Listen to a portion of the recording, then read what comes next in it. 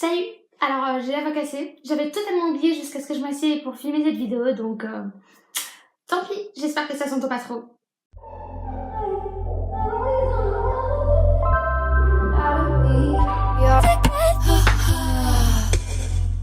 Donc aujourd'hui on se retrouve pour faire le bilan lecture du mois de mars et vous allez voir ça va aller très vite parce que qu'ai-je lu ce mois-ci?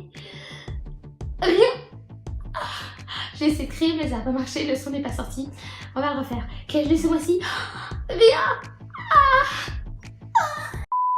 Bon d'accord, ok, j'exagère un petit peu, je n'ai pas rien lu ce mois-ci. Disons seulement que je n'ai pas vraiment terminé de livres, tout simplement parce que je lisais un peu tout et rien et n'importe quoi en même temps. J'ai lu plein de livres que je n'ai pas vraiment commencé ni terminé. Ça n'a aucun sens, je suis d'accord. Enfin bref, pour vous résumer la situation, j'ai été dans une espèce d'énorme panne de lecture.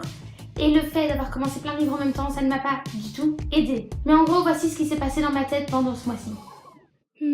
Quel jour sommes-nous?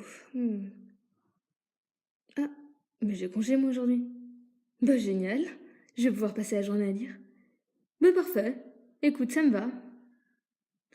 Bon, alors, quelle lecture vais-je continuer aujourd'hui? Il y a celle-là, puis Passport, celle-ci... Ah, bah celle-ci, ah non, j'ai mon livre de français à lire. Et aussi celui d'anglais, non. Aucune motivation. Non, bah je vais pas lire finalement.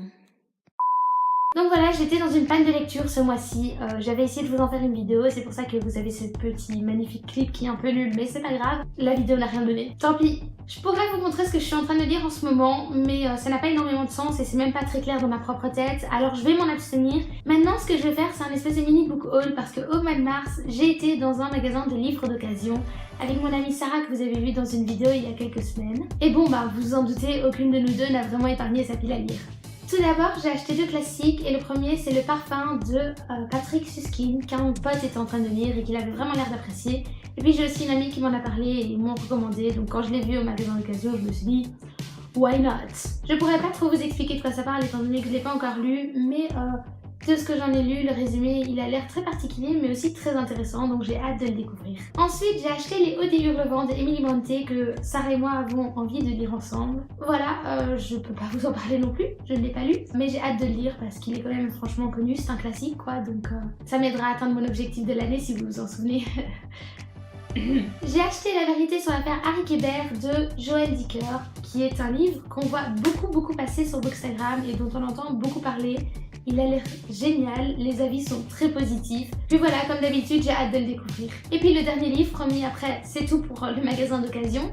J'ai acheté L'affaire Jennifer Jones de Anne Cassidy, que Sarah et moi avons également l'intention de lire ensemble en lecture commune. Et voilà, c'est tout, je ne sais plus quoi dire d'autre. C'est un peu ça ce qui me dérange avec le book haul, étant donné que j'ai pas encore lu le livre, je sais pas du tout quoi vous dire à son propos.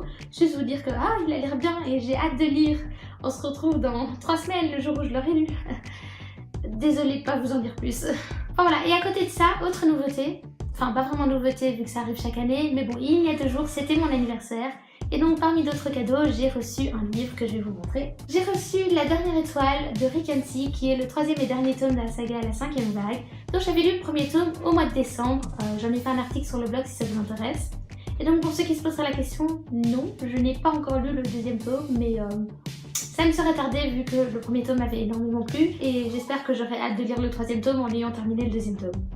Et voilà, c'est tout pour ce mini book haul et ce bilan inexistant du mois de mars. J'espère que le mois d'avril sera un meilleur mois de lecture. J'ai de nouveau un peu l'envie de lire, on va voir si je recommence un nouveau livre ou si j'essaie de retrouver ce que j'étais en train de lire, je sais pas trop. Je me débrouillerai, comme tout le temps. Comme d'habitude, n'hésitez pas à me dire vous ce que vous avez lu au mois de mars en espérant que ce fut un meilleur mois pour vous que pour moi. Et sinon, à la prochaine en espérant que je vous reviendrai avec une voix potable et une vidéo qui a un peu plus de sens que celle-ci. You're the best, worst part of me.